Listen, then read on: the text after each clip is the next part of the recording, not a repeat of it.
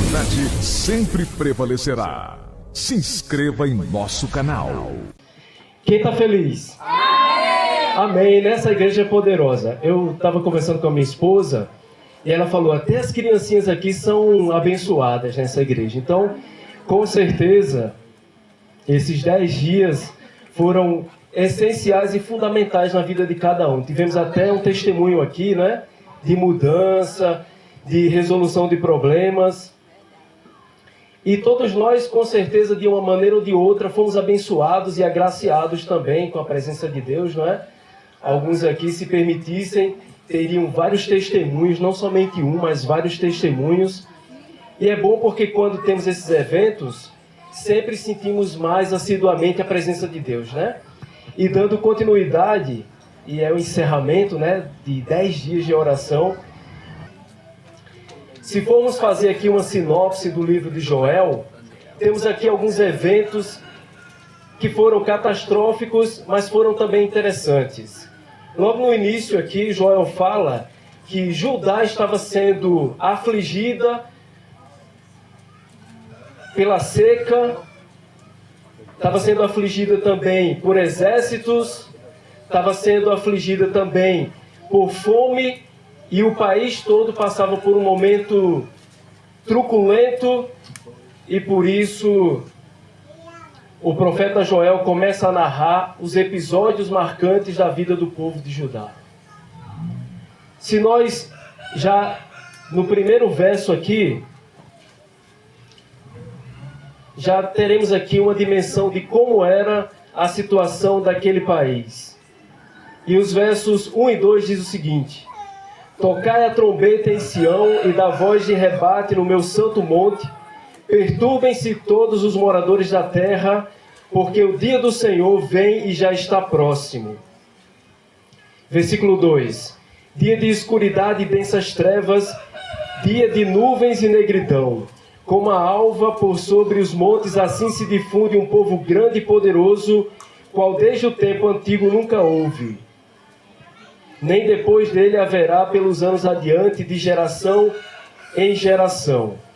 Judá estava sendo estabelecida, Deus estava guiando esse povo, e por mais que a situação estivesse difícil, esse povo tinha a proteção e a presença de Deus. Mas o mais interessante é que no decorrer do livro, nos versos seguintes, daqui a pouco a gente vai ler aqui outros versos, nós teremos uma dimensão de como era a presença de Deus com aquele povo que sofria tanto, que era perseguido e escravizado. Nos dias de hoje, vivemos algo parecido. São circunstâncias adversas, problemas, dificuldades, aflições. E talvez seja por isso que nós nos aproximamos de Deus, né? Porque através do sofrimento, da aflição, e por meios que até são desconhecidos, que nós nos aproximamos de Deus. E é nesse momento que nós começamos uma cronologia, não é? Cronologia de fatos, cronologia de eventos, episódios, e cada um de nós tem uma cronologia. Talvez alguns aqui acordem bem cedo na madrugada, orem a Deus, leiam a Bíblia, façam ali as suas preces. Ao longo do dia nós também temos outros momentos que nós podemos depositar diante de Deus, não é? Na presença dele, refletindo, orando. Em alguns momentos também as tentações são tão grandes que nós precisamos fazer jejum, oração, clamar a Deus, orar de uma forma mais fervorosa e assídua. A verdade é que os problemas, eles acontecem rotineiramente e ao longo dos anos vão somente aumentando, não é? E é por isso que nós precisamos nos aproximar de Deus. Queridos, a irmã White, ela tem um texto bem conhecido que diz o seguinte: um reavivamento da verdadeira piedade entre nós, eis a maior e mais urgente de todas as necessidades. Eu não sei quantos anos vocês têm como adventistas do sétimo dia. Eu já tenho alguns anos de estrada, já passei por tantas coisas, e em alguns momentos a gente parece que está perdendo o controle. Deus é quem vai assumir o nosso controle, não é? Ele quem vai guiar, quem vai nos ajudar. E teve alguns momentos que eu precisei jejuar e foi necessário para que eu pudesse ter êxito e vencer as dificuldades e as pressões do dia a dia. Quando nós falamos sobre jejum, é interessante sabermos que o jejum tem um propósito, não é? As pessoas têm o hábito de jejuar por vários motivos. Talvez para ter êxito no trabalho, para passar na faculdade, para ver o filho bem, não é? Para ver ele ingressar no doutorado, enfim, tantas outras áreas. E há pessoas também que jejuam por outros propósitos, e todas elas têm a ideia fixada de que Deus vai atuar e vai resolver todos os problemas. Nós precisamos entender que o jejum ele é importante, sim, mas é necessário também termos uma vida alinhada com Deus. Não é só nos momentos de dificuldade que nós vamos jejuar, e é claro que precisamos também,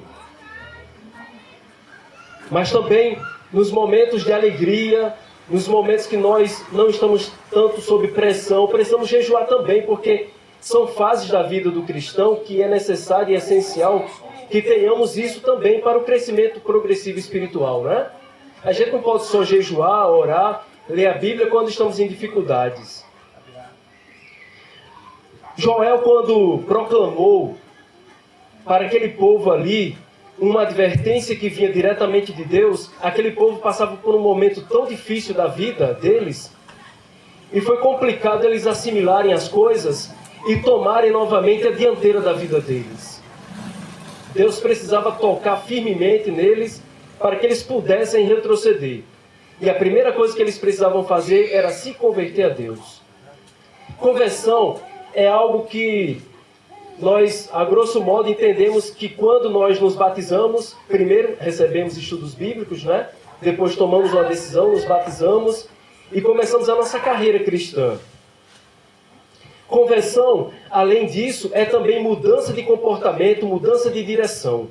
É quando o nosso egocentrismo tem que ser destronado de nós. A maioria, se não todos nós, temos pelo menos um pouquinho de egocentrismo, né? Queremos do nosso jeito, tem que ser da forma como nós planejamos. Parece que a nossa vida é pautada em um comportamento em que há êxito, mas tem que ser do meu jeito. Se não for do meu jeito, não funciona. O egocentrismo, ele nos impede de nos convertermos a Deus. A primeira coisa que Joel está nos indicando aqui é que tem que haver conversão. Essa conversão também, ela tem que ser intensificada. Eu queria ler aqui mais um texto. Agora o versículo 12 do mesmo capítulo 2. Olha só o que diz. Joel capítulo 2, verso 12.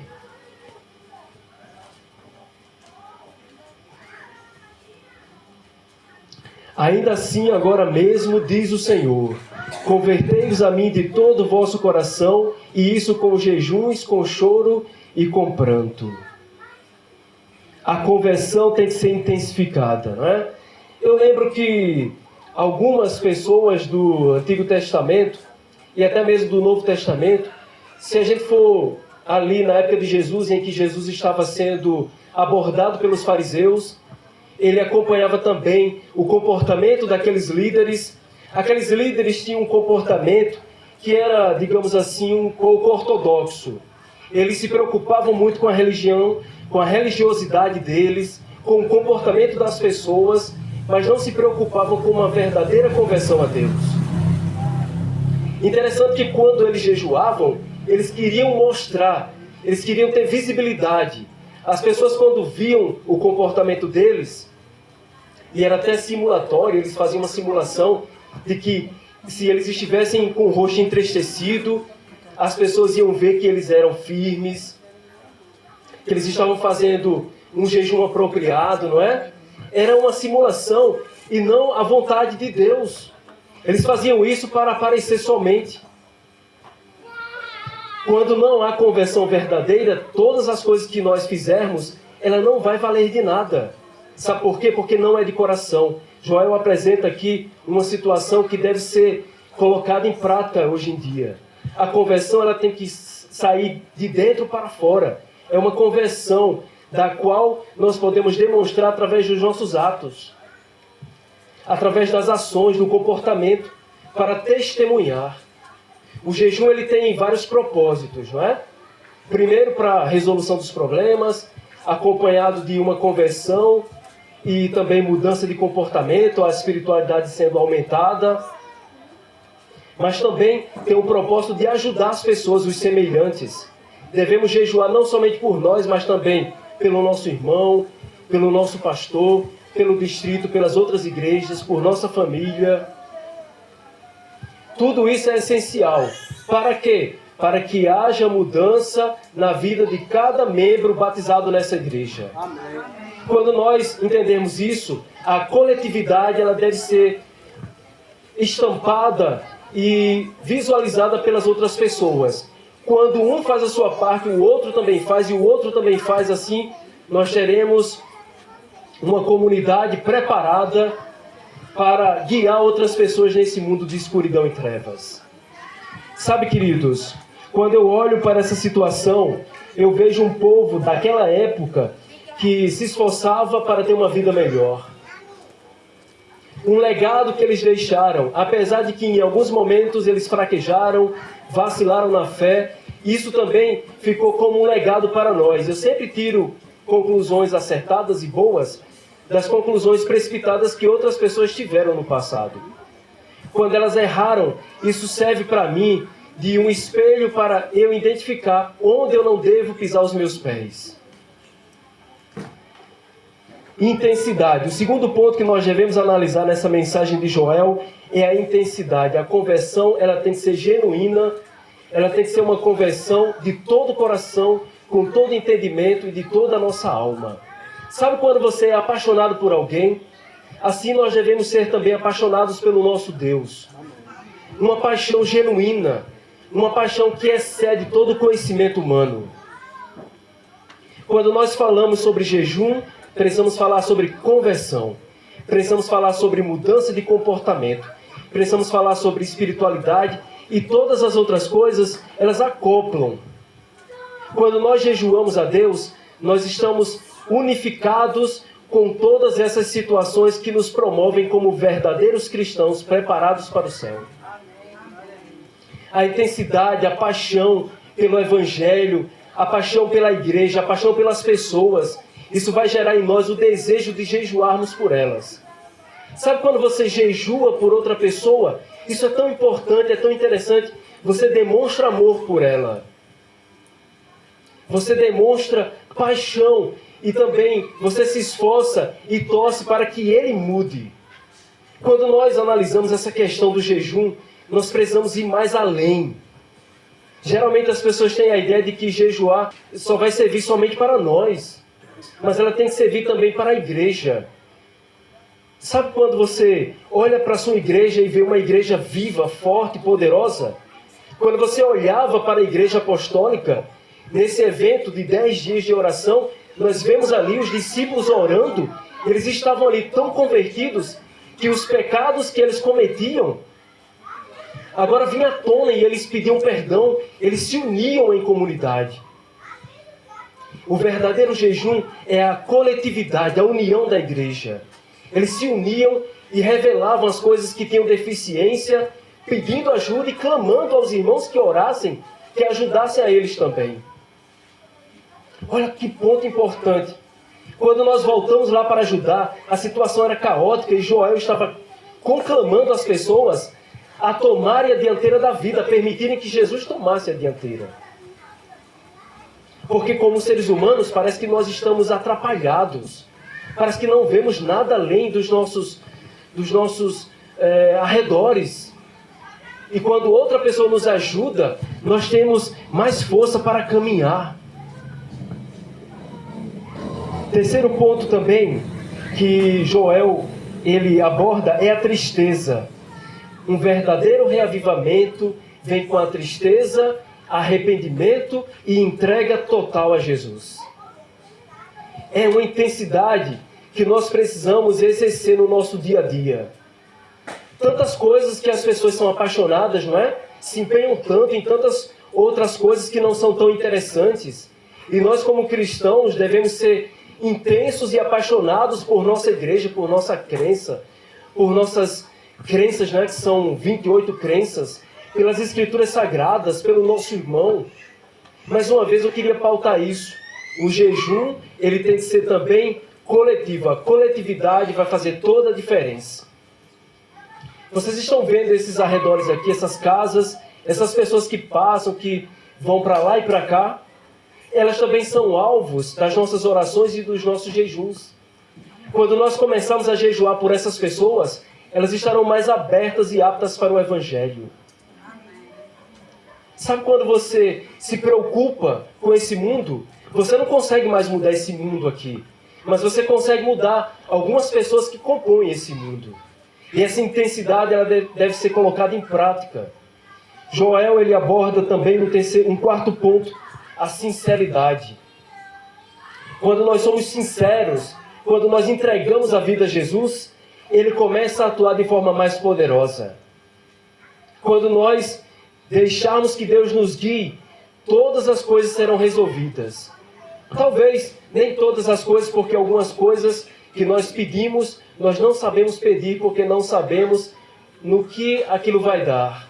Mas pelo menos as coisas que vão construir a nossa espiritualidade e vão nos aproximar dele e vão nos encaminhar para o céu, essas coisas serão atendidas por Deus. É interessante, queridos, que ainda falando sobre a época de Jesus, precisamos fazer aqui algumas analogias. Vemos aqueles fariseus, aqueles líderes que se achavam tão preparados para o céu, exercendo apenas a religiosidade. Quando nós exercemos somente a nossa religiosidade, isso não tem progresso espiritual. Isso fica só mascarado, as pessoas vão ver somente uma máscara. Vão ver somente o nosso empenho em pregar o Evangelho, vão ver somente as nossas ações, quando nós demonstramos para o mundo que somos cristãos pela nossa vestimenta, pelo modo que nos comportamos. Tudo isso é importante, mas são apenas componentes da religiosidade que eles estavam exercendo. Por isso que quando Jesus olhou para eles, sentiu piedade deles, e quando ele olhava para as pessoas que eram lideradas por eles, Jesus falou: guia cegos guiando outros cegos. A nossa igreja tem que ser viva, atuante, de líderes e de membros que estejam aptos para pregar o Evangelho, para buscar pessoas que estão desgraçadas pelo pecado. Não adianta vir aqui à frente pregar sobre jejum, pregar sobre oração, pregar sobre as Escrituras Sagradas e não pensar nas pessoas que estão necessitando da nossa ajuda. Quando nós olhamos para a época de Joel, o povo estava tão atrapalhado e fora de prumo que todas as ações que essas pessoas promoviam não servia absolutamente para nada. Até o serviço religioso, em se tratando de religiosidade, haviam parado ali. O templo estava vazio e não havia mais cerimônia nenhuma. Sabe por quê? Porque as pessoas estavam devotadas apenas ao materialismo. E é por isso que a plantação, a colheita não estava mais frutificando. E a religiosidade daquele povo também foi deixada para trás. Não tinham nem oferendas para depositar no altar do Senhor. E por algum tempo aquelas pessoas nem podiam exercer a sua religiosidade às questões ortodoxas da igreja. Por quê? Porque tinham perdido Deus de vista. Obrigado. Percebem que quando nós perdemos a nossa fé, quando nós perdemos a espiritualidade, nem a religiosidade serve mais? São apenas camuflagens que escondem de nós o melhor, a nossa essência. Mas quando aquele povo começou a se reconverter a Deus, quando eles ouviram a trombeta tocar, quando viram o profeta instituir ali um santo jejum, aquele povo começou a se levantar e agora não somente a religiosidade, mas também a vida daquele povo estava depositada no altar de Deus. Amém. Aquele povo agora se reconverteu a Deus e começou a atuar poderosamente naquela sociedade. mudança de vida, mudança de comportamento. Jejum tem que servir para isto.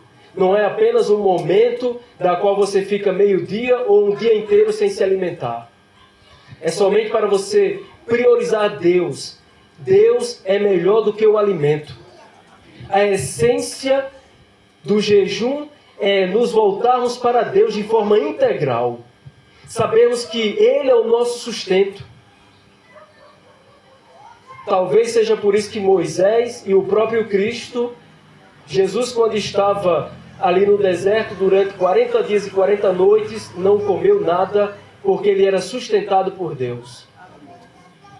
Moisés, lá no monte, ao receber as 2 tábuas da lei de Deus, ele também foi sustentado durante 40 dias e 40 noites, não comeu e não bebeu, porque ele era sustentado pela presença de Deus. Nós devemos ser sustentados pela presença de Deus antes do nosso alimento. Antes de tomarmos o nosso café da manhã, precisamos buscar Deus como nosso sustento. Antes de sairmos para trabalhar, para a faculdade, temos que apresentar Deus ao mundo como nosso sustentador. Sabe de uma coisa, queridos? É interessante notar também que Deus, Ele quer que compreendamos o quão desesperadamente nós precisamos dEle. Nós precisamos de Deus sobre todas as coisas. Nos versículos 13 e o 14, ainda no mesmo livro de Joel, olha só o que diz: rasgai o vosso coração e não as vossas vestes, e convertei-vos ao Senhor vosso Deus, porque Ele é misericordioso e compassivo, e tardio em irar-se, e grande em benignidade, e se arrepende do mal. Quem sabe se não se voltará e se arrependerá, e deixará após si uma bênção, uma oferta de manjares e libação para o vosso Senhor Deus. Aí o versículo 15, eu quero concluir com o versículo 15, essa parte aqui do texto. Tocai a trombeta em Sião, promulgai um santo jejum, proclamai uma assembleia solene. Segundo a Bíblia, as Escrituras Sagradas, aquele povo estava sob o controle de Deus. Quando aquele povo se permitia estar sob o controle de Deus, as bênçãos eram derramadas. A religiosidade daquele povo pouco importava. O que importava era o progresso espiritual.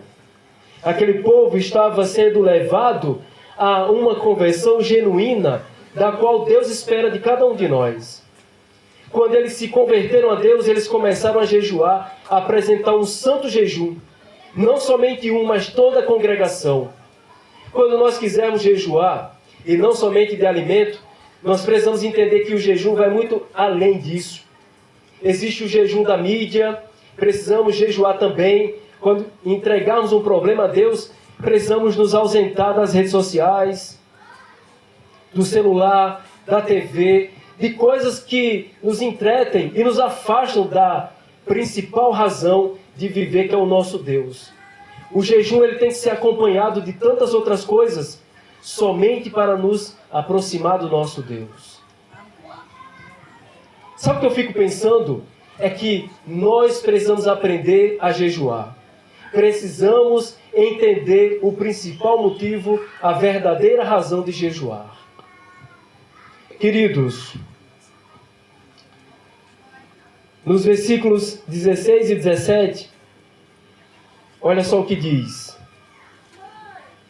congregai o povo, santificai a congregação, ajuntai os anciãos, reuni os filhinhos, e os que mamam, saia o noivo da sua recâmara e a noiva do seu aposento.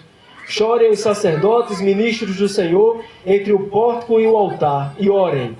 Poupa o teu povo, ó Senhor, e não entregues a tua herança ao opróbrio, para que as nações façam escárnio dele.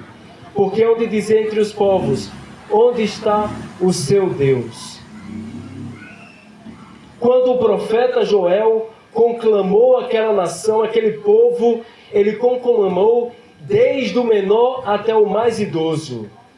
Desde a criancinha que amamentava até os mais idosos que estavam ali no fim da sua vida. Todos precisavam exercer um progresso espiritual para a sua comunidade. Todos precisavam jejuar para que houvesse ali propósito de segmento na sua vida espiritual, não somente na sua vida espiritual individual, mas de toda a coletividade, de toda a comunidade. Quando nós olhamos para uma igreja como essa, e a minha esposa, ela, assim que viu, ela disse, até as crianças são abençoadas, devemos dar glória a Deus por isso, porque significa que vocês estão deixando um bom legado para essas crianças e esses jovens e adolescentes. Uma igreja que prepara o filho, a criança, o adolescente e o jovem, é uma igreja de progresso espiritual. Uma igreja que jejua com propósito. Uma igreja que, se Joel tivesse vivo hoje, ele ia conclamar e ia também parabenizar, porque é uma igreja atuante, uma igreja viva, uma igreja que prepara desde o menor até o maior. O profeta conclamando as pessoas a tomarem uma posição na vida espiritual, a tomarem uma posição na vida do seu semelhante. E sabe de uma coisa, queridos? Quando nós olhamos para esse preparo, essa participação de uma igreja atuante na vida de cada um que se encontra aqui, nós precisamos entender algumas coisas. Precisamos entender que devemos jejuar por nossos amigos, por nossos irmãos, por nossa família e nossa comunidade. Eu conheci um rapaz que todas as vezes que ele ia pedir oração, ele só pedia por ele mesmo. Ele dizia aos irmãos, por favor, orem por mim, somente por mim. E eu ficava pensando, por que ele agia dessa forma? Por que ele era tão egoísta a ponto de pedir somente por ele? Mas em outras igrejas eu vi outros irmãos diziam que eu não quero que vocês orem por mim, eu quero que vocês orem pelos meus amigos que passam por necessidades físicas, por necessidades emocionais, por necessidades fisiológicas, por falta de alimento, ou tantas outras coisas que acabam atrapalhando o progresso acadêmico, profissional, espiritual da vida das pessoas que fazem parte do ciclo de amigos deles. Devemos jejuar pelo nosso parceiro de trabalho, pelo nosso colega de escola, de faculdade. O jejum, a oração é fundamental para que haja mudança de vida na vida dessas pessoas. E quando eu olho para essa situação, eu vejo um profeta se esforçando, um profeta atuante e um profeta que trouxe a responsabilidade para ele mesmo, né? Todos nós precisamos trazer também essa responsabilidade para nós de forma individual, para que o coletivo seja abençoado. Eu preciso orar por Eliane, eu preciso jejuar por ela. Eu sei que ela tem deficiências, eu sei que ela passa por dificuldades. Eu preciso orar e jejuar por Davi também, por Dona Luzinete, a minha amiga. Eu preciso orar e jejuar por cada um de vocês, e vocês também por mim.